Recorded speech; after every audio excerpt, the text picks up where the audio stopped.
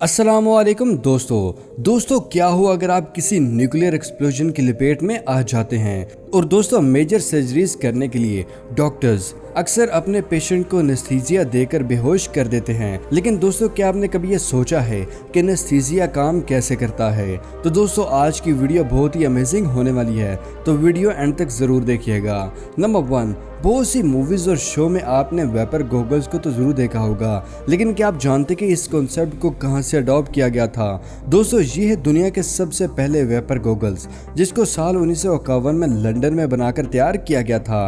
पर इन वेपर्स की वजह से लोगों का विजन बहुत ही ज्यादा डिस्टर्ब हो गया था, तो इसलिए बाद में इन ग्लासेस का इस्तेमाल करना बंद कर दिया गया। नंबर 2, दोस्तों कॉर्न को जब भी हीट मिलती है तो ये पॉपकॉर्न में बदल जाते हैं, और हम में से बहुत से लोगों ने इस चीज को अपने अपने किचन या कैफे में जरूर देखा होगा। लेकिन क्या आपने इस प्रोसेस को बहुत ही डिटेल और स्लो प्रोसेस में देखा है? दोस्तों अभी जो आप स्क्रीन पर एक कॉर्न को 30,000 फ्रेम पर सेकंड स्लो मोशन में दिखाया जा रहा है, जिसमें आप देख सकते हैं कि कैसे कॉर्न पॉपकॉर्न की शेप में आ जाता है। सो दोस्तों आज आपने एक बहुत ही सिंपल चीज को बहुत ही डिटेल वे में देखा है। नंबर 3, दोस्तों ये दुनिया अजीबो गरीब मिस्ट्री से भरी पड़ी है, और उन्हीं मिस्ट्रीज में से एक मिस्ट्री साल 2018 में जापान के आसमान में देखने को मिली थी।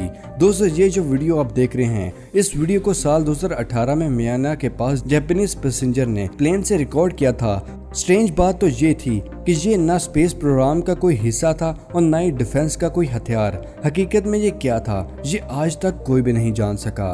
नंबर 4, दोस्तों इंटरनेट अब हर इंसान की जरूरत बन चुका है, और बिजनेस में तो इंटरनेट का इस्तेमाल बहुत ही ज्यादा होता है। बगैर इंटरनेट के ना तो ऑफिस का काम होता है और ना ही पर्सनल लाइफ चलती है। दोस्तों बेटर इंटरनेट कनेक्शन के लिए लोग महंगे से महंगे ब्रॉडबैंड कनेक्शन लगवाते हैं, जिनमें पैसा तो खूब बर्बाद होता है और साथ में वायरिंग का भी खूब मसला होता है।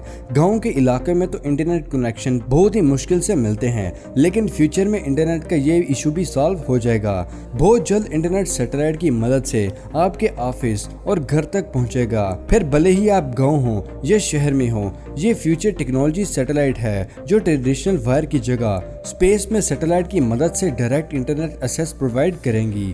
एलन मस्क की स्टारलिंक सैटेलाइट इंटरनेट सर्विस पर पहले से ही काम कर रही है, और बहुत सी ऐसी कंपनीज हैं जो सैटेलाइट इंटरनेट पर काम कर रही हैं। नंबर 5, दोस्तों क्या हो अगर आप किसी न्यूक्लियर एक्सप्लोजन की लपेट में आ जाते हैं और आप उस धमाके से 100 मीटर के डिस्टेंस से भी कम पर मौजूद हैं, तो आपकी मौत इतनी जल्दी हो जाएगी कि आप इस धमाके के इम्पैक्ट से होने वाला दर्द को भी महसूस नहीं कर सकेंगे, क्योंकि आपका दिमाग पहले से ही काम करना बंद कर देगा। असल में न्यूक्लियर धमाके से होने वाले इम्पैक्ट से इंजरीज, स्किन बर्न, रेडिएशन जैसे इफेक्ट होते हैं, लेकिन ब्लास्ट के नजदीक मौजूद कोई भी इंसान इंस्टेंटली वेपर्स हो जाएगा, यानी कि आपकी पेनलेस डेथ हो जाएगी। खैर ऐसा हो या ना हो, मरना तो सबको है, ये तो हमारा ईमान है, और मरते हुए कोई भी बता नहीं सकता कि उसकी डेथ पेन से हुई या पेनलेस हुई। जब तक जिंदगी है खुल के जियो, खुद को और अपने प्यारों के साथ जिंदगी के मजे लो, क्या पता कल हो या ना हो।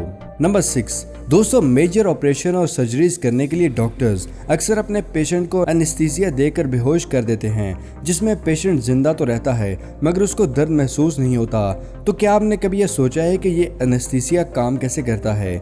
दोस्तों किसी भी पेशेंट को एनेस्थीसिया देने के 2 तरीके होते हैं, जिसमें पहला तरीका होता है इनहेलेशन एनेस्थीसिया होता है, जिसमें न्यूट्रस ऑक्साइड जैसी गैसेस को पेशेंट के नाक के थ्रू इनहेल करते हैं, और दूसरे तरीके को इंट्रावेनियस एनेस्थीसिया कहते हैं, जिसमें ओपियाइड को पेशेंट के वेन में इंजेक्ट किया जाता है। दोस्तों एक आम कॉन्शियस इंसान दिमाग में लगातार बहुत से इलेक्ट्रिक सिग्नल बनते हैं और घूमते रहते हैं, और इसी कनेक्टिविटी की वजह से आपको अलग अलग चीजें महसूस होती हैं। अब एनेस्थेटिक का काम होता है कि ये ब्रेन के अलग अलग हिस्सों में बनने वाले इलेक्ट्रिक सिग्नल को कम या ब्लॉक कर देते हैं। इलेक्ट्रिक सिग्नल एक्टिविटी की कमी की वजह से ह्यूमन ब्रेन के अलग अलग हिस्से आपस में कम्युनिकेट नहीं कर पाते, और इसीलिए एनेस्थीसिया देने के बाद पेशेंट का दिमाग जिंदा तो रहता है, मगर उस इंसान को एनेस्थीसिया का असर खत्म होने तक कुछ भी महसूस नहीं होता।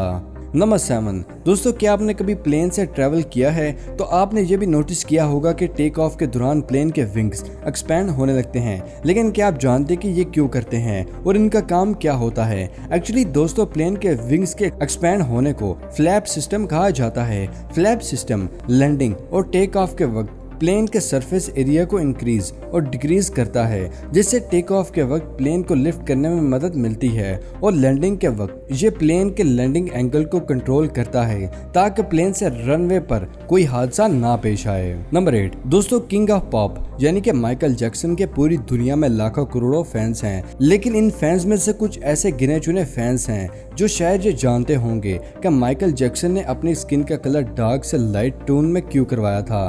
दोस्तों, माइकल जैक्सन ने अपनी स्किन की सर्जरी इसलिए बिल्कुल भी नहीं करवाई थी कि उनको अपना डार्क कलर नहीं पसंद था, बल्कि ये तो उनकी मजबूरी थी। उनकी डेथ के बाद उनकी पोस्टमार्टम रिपोर्ट से ये पता चला था कि वो वेटिलिगो नाम की एक स्किन प्रॉब्लम में थे। इस कंडीशन को आम जुबान में फुलबेरी कहा जाता है, जिससे स्किन पर व्हाइट स्पॉट्स बनने लगते हैं। स्टार्टिंग में माइकल जैक्सन ने मेकअप और स्किन मैचिंग क्रीम का इस्तेमाल करके इन स्पॉट्स को छुपाना स्टार्ट किया था, लेकिन जब ये प्रॉब्लम ज्यादा होती गई तो माइकल जैक्सन ने बहुत सी सर्जरीज के बाद अपने स्किन का कलर ही चेंज करवा लिया था। यही रीजन थी कि माइकल ने अपनी स्किन का कलर लाइट क्यों करवाया था। नंबर 9 दोस्तों, अक्सर आपने ये देखा होगा कि जहाँ पर भी एक से ज्यादा मिरर एक दूसरे के पैरेलल लगे होते हैं, जैसे कि सलून वगैरह में, तो वहाँ मौजूद मिरर में हमारी एक साथ बहुत सी इमेजेस क्रिएट होती हैं। पर क्या आप जानते हैं कि दो मिरर के दरमियान मल्टीपल इमेज के क्रिएट होने की क्या वजह है? दोस्तों, डरने की कोई बात नहीं है, ये बस एक साइंस है, एक सिंपल फिनोमेना है। एक्चुअली दो मिरर से बनने वाली मल्टीपल इमेज असल में मल्टीपल रिफ्लेक्शन की वजह से बनती है। जब किसी भी ऑब्जेक्ट को दो मिरर के दरमियान में रखें, तब लाइट रेज रिफ्लेक्ट होकर एक मिरर से दूसरे मिरर तक जाती है और फिर दोबारा पहले मिरर पर रिफ्लेक्ट करती है। लाइट इन दोनों मिरर के दरमियान बार बार रिफ्लेक्ट होके इमेजेस बनाती हैं। इसी मल्टीपल रिफ्लेक्शन की वजह से हमें अपनी मल्टीपल इमेज बनती नजर आती हैं। नंबर 10 दोस्तों, real life Iron Man, Elon Musk असल जिंदगी में बहुत सी ऐसी टेक्नोलॉजी पर काम करते रहते हैं जिनके बारे में सुन के ऐसा ही लगता है कि जैसे ये किसी साइंस फिक्शन मूवी का हिस्सा हो। इनके लेटेस्ट प्रोजेक्ट न्यूरो लिंक की बात करें तो इस प्रोजेक्ट में इन्होंने इंसानी दिमाग को कंप्यूटर से कनेक्ट करने पे काम स्टार्ट कर दिया है। फिलहाल इस चिप को सूर के दिमाग में फिट करके उस पर स्टडीज की जा रही हैं, जिससे दिमाग की रीडिंग और इफेक्ट्स को स्टडी किया जा रहा है। लेकिन अगर ये ट्रायल्स कामयाब हो गए तो मुमकिन है कि बहुत ही जल्द चिप लगे ह्यूमंस भी रियलिटी बन जाएंगे। दोस्तों, इन चिप्स को ह्यूमन ब्रेन में इम्प्लांट करके दिमाग के इलेक्ट्रिक सिग्नल को रीड किया जाएगा और किसी बीमारी का पता आपको डॉक्टर से भी पहले पता चल जाएगा। ये चिप वायरलेस चार्जेबल होगी और आपको दिमाग की सब एक्टिविटी अपने स्मार्टफोन में देखने को मिलेगी। नंबर 11 दोस्तों, आपने बहुत से एक्सपर्ट को ये कहते हुए जरूर सुना होगा कि जब भी आप किसी करेंसी को हाथ लगाएं तो उसके बाद हाथ जरूर धोएं। पर ऐसा क्यों होता है? दोस्तों, अभी आप एक करेंसी नोट को माइक्रोस्कोपिक वीडियो से देख रहे हैं, जिसमें बहुत ही क्लियरली ये देखा जा सकता है कि नोट के छोटे हिस्से में कितने बड़े अमाउंट पर बैक्टीरिया मौजूद है। इसलिए करेंसी को छूने के बाद आज के बाद हाथ जरूर धो लीजिएगा। नंबर 12 दोस्तों, क्या आप जानते हैं कि एक रेल टैंकर को इतना ज्यादा स्ट्रॉन्ग बनाया जाता है कि वो एक बहुत ही आसानी से रॉक के इम्पैक्ट को बर्दाश्त कर सके। लेकिन जब बात वाटर वेपर्स की आ जाए तो ये कहानी अलग होती है। दोस्तों, कभी कभार ऐसी रेयर सिचुएशन क्रिएट हो जाती है जिसकी वजह से वाटर वेपर्स टैंकर के अंदर वैक्यूम को क्रिएट कर देते हैं। जैसे ही वेपर्स कंडेंस होते हैं तो वो टैंकर को कुछ इस तरह श्रिंक कर देते हैं कि वो मेटल का नहीं बल्कि किसी कागज से बना हुआ कोई कमजोर सा टैंकर हो।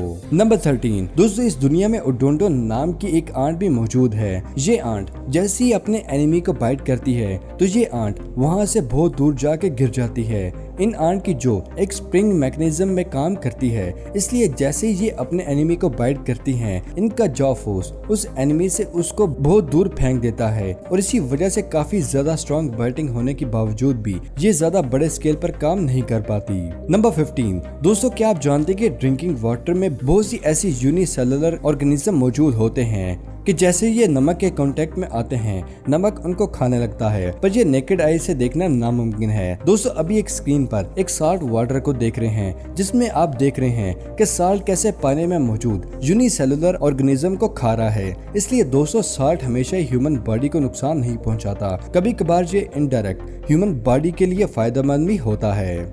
तो दोस्तों, ये थी आज की अमेजिंग वीडियो पसंद आने की सूरत में और कुछ नया जानने पर वीडियो को लाइक कीजिए और अपने दोस्तों और फैमिली के साथ शेयर करना मत भूलिएगा। मिलते हैं अगली वीडियो में, तब तक के लिए दी इजाज़त। शुक्रिया। अल्लाह हाफिज़ दोस्तों।